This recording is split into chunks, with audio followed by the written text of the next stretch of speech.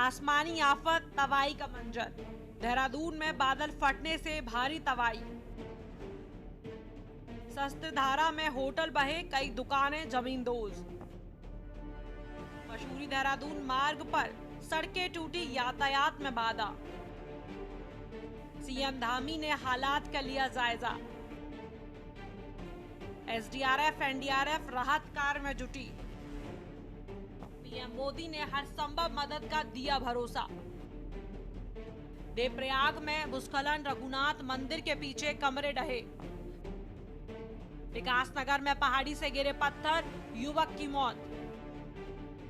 देहरादून पोंटा राजमार्ग का पुल टूटा, यातायात बंद। उत्तराखंड के देहरादून में सहस्त्रधारा के नजदीक मंगलवार तड़के बादल फटने से तमसा नदी, कारलीघाट नदी, सहस्त्रधारा नदी में जलस्तर बढ़ गया। सहस्त्रधारा समेत आसपास के इलाके तपोवन, आईटी पार्क, गंगोरा, खड़ी कैंट इलाके में पानी भर गया। कई सड़कें बह गई। वहीं तमसा नदी के किनारे बने टपकेश्वर महादेव मंदिर में पानी भर गया।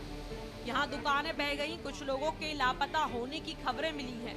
वहीं सहस्त्रधारा में आधा दर्जन लोगों को बचाया गया। एसडीआरएफ, एनडीआरएफ और स्थानीय प्रशासन की टीमें राहत और बचाव कार्य में जुटी।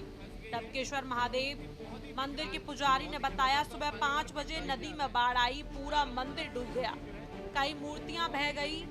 हालांकि गर्भगृह सुरक्षित है। पानी उतरने पर मंदिर में 2 फीट मलबा दिखा। बता दें कि देहरादून में माल देवता के पास सोंग नदी का रौद्र रूप देखने को मिला। ब्रिज तोड़ते हुए नदी बेकाबू रफ्तार से बहती दिखी। वहीं मौसम को देखते हुए पहली क्लास से लेकर 12वीं तक के सभी स्कूलों को बंद करना पड़ा। मौसम विभाग केंद्र की ओर से देहरादून समेत चमोली, चंपावत, उधम सिंह नगर, बागेश्वर और नैनीताल जिले में कुछ इलाकों में तेज दौर की बारिश का येलो अलर्ट भी जारी किया गया है। अन्य जिलों में भी तेज बारिश होने की संभावना है।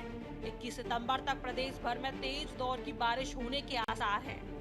प्रधानमंत्री नरेंद्र मोदी और गृह मंत्री अमित शाह ने फोन पर मुख्यमंत्री पुष्कर सिंह धामी से देहरादून में आई आपदा की विस्तृत जानकारी ली। उन्होंने प्रदेश को हर संभव सहयोग का आश्वासन दिया और कहा कि केंद्र सरकार आपदा की इस घड़ी में राज्य के साथ मजबूती से खड़ी है। वहीं मुख्यमंत्री ने बताया कि प्रभावित क्षेत्रों में प्रशासनिक मशीनरी पूरी तत्परता से सक्रिय है और बचाव और राहत कार्य युद्ध स्तर पर चल रहे हैं।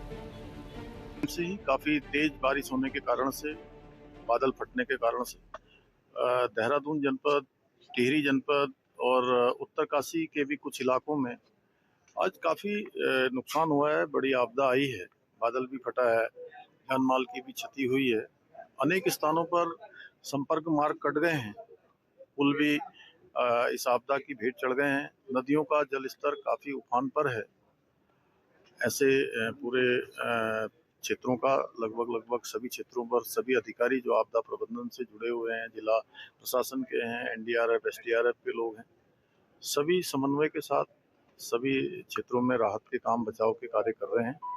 मैं भी गया था, कुछ स्थानों पर देखा है मैंने भी, और हमारा प्रयास होगा कि जल्दी से जल्दी एक तो जो संपर्क मार्ग कट गए हैं, भू धसाव की चपेट में आ गए हैं, आपदा की भेंट चढ़ गए हैं, उनको फिर से चालू किया जाए। बिजली की लाइनें भी ध्वस्त हो गई हैं, पुल भी जो ध्वस्त हुए हैं, नेशनल हाईवे भी इस कारण से प्रभावित हुआ है। हम प्रयास कर रहे हैं जल्दी से जल्दी स्थिति को ठीक करें। प्रधानमंत्री जी ने भी आपसे संपर्क किया सर? जी, प्रधानमंत्री जी ने प्रातःकाल ही आज पूरी जानकारी ली है और चिंता भी प्रकट की है और हर संभव सहायता का भी उन्होंने हमको भरोसा दिया है। गृह मंत्री जी ने भी जो है हमको फोन करके उन्होंने भी जो है पूरी इस स्थिति की जानकारी ली है। देवप्रयाग में लगातार बारिश से भारी भूस्खलन। वहीं देवप्रयाग में लगातार बारिश से भारी भूस्खलन हुआ। बस अड्डे के पास भूधसाव होने के साथ ही रघुनाथ मंदिर के पीछे कमरे ढह गए। बद्रीनाथ ऋषिकेश हाईवे बंद। वहीं पेट्रोल पंप को नुकसान पहुंचने की खबर है। हिमाचल में भारी बारिश का कहर। उधर हिमाचल के मंडी के धर्मपुर बस स्टैंड में भी रात में हुई बारिश के बाद मलबा भर गया। बाढ़ में कई बसें दूर तक बह गई। खबरें मिली कि राज्य में 3 नेशनल हाईवे बंद हैं। 493 सड़कों पर आवाजाही ठप है। मंडी के ही निहरी में लैंडस्लाइड के कारण 3 की मौत की जानकारी मिली। पुलिस के मुताबिक पास की एक चट्टान का मलबा एक घर पर गिर गया, जिससे वो ढह गया, जिसमें एक ही परिवार के 5 लोग मलबे में दब गए। मंडी के धर्मपुर में बस स्टैंड में बसें बाढ़ के पानी में बहकर काफी दूर तक चले गईं। यहां बाढ़ से हुई तबाही में 20 बसों को नुकसान हुआ है, वहीं बस स्टैंड में मलबा भर गया। जम्मू कश्मीर में भारी बारिश का भूस्खलन। उधर जम्मू कश्मीर में भूस्खलन और भारी बारिश का कहर जारी है। राजौरी जिले में भूस्खलन से कटोरंका खवास सड़क को भारी नुकसान हुआ है। जम्मू कश्मीर में भारी बारिश और भूस्खलन से राजौरी जिले में कटोरंका खवास सड़क भूस्खलन से क्षतिग्रस्त हो गई। श्रीनगर जम्मू राष्ट्रीय राजमार्ग बंद होने पर मुख्यमंत्री उमर अब्दुल्ला ने नितिन गडकरी से बात की और राजमार्ग को सुचारू रूप से शुरू करने का आग्रह किया। मुख्यमंत्री ने केंद्र सरकार से राजमार्ग की बहाली सुनिश्चित करने को कहा है। गौरतलब है कि मुख्यमंत्री उमर अब्दुल्ला ने श्रीनगर जम्मू राष्ट्रीय राजमार्ग के बंद होने पर अपनी नाराजगी व्यक्त करते हुए कहा था कि अगर केंद्र सरकार इसकी बहाली को सुनिश्चित नहीं कर सकता तो इसे हमारे हवाले कर दे। मानसून सीजन में अब तक कितने मिलीमीटर बारिश? देश में इस मानसून सीजन में अब तक 836.2 मिलीमीटर बारिश हुई है। ये सामान्य बारिश से 778.6 मिलीमीटर से 7% अधिक है। मध्य भारत में अब तक 978.3 मिलीमीटर बारिश दर्ज की गई है, जो सामान्य से 882 मिलीमीटर से 11% अधिक। दक्षिण प्रायद्वीप में सामान्य से 611 मिलीमीटर से 7% अधिक बारिश दर्ज की गई है। पूर्वी और पूर्वोत्तर भारत में 949.6 मिलीमीटर बारिश दर्ज की गई है, जो सामान्य से 1192.6 मिलीमीटर से 20% कम है। मॉनसून देश के कृषि क्षेत्र के लिए महत्वपूर्ण। भारत में 42% आबादी आजीविका के लिए मॉनसून पर निर्भर।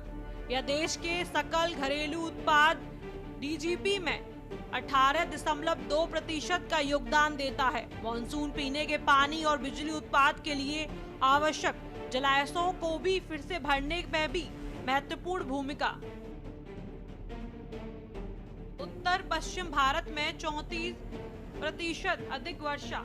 उत्तर पश्चिम भारत में 720.4 मिलीमीटर बारिश हुई, जो सामान्य से 538.1 मिलीमीटर बारिश से 34% अधिक है। पंजाब को दशकों में सबसे विनाशकारी बाढ़ का सामना करना पड़ा,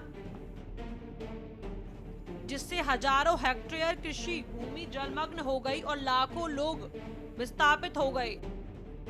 हिमालयी राज्यों में बादल फटने से भारी तबाही। हिमालयी राज्यों में बादल फटने से बाढ़ से भूस्खलन हुआ और व्यापक क्षति हुई।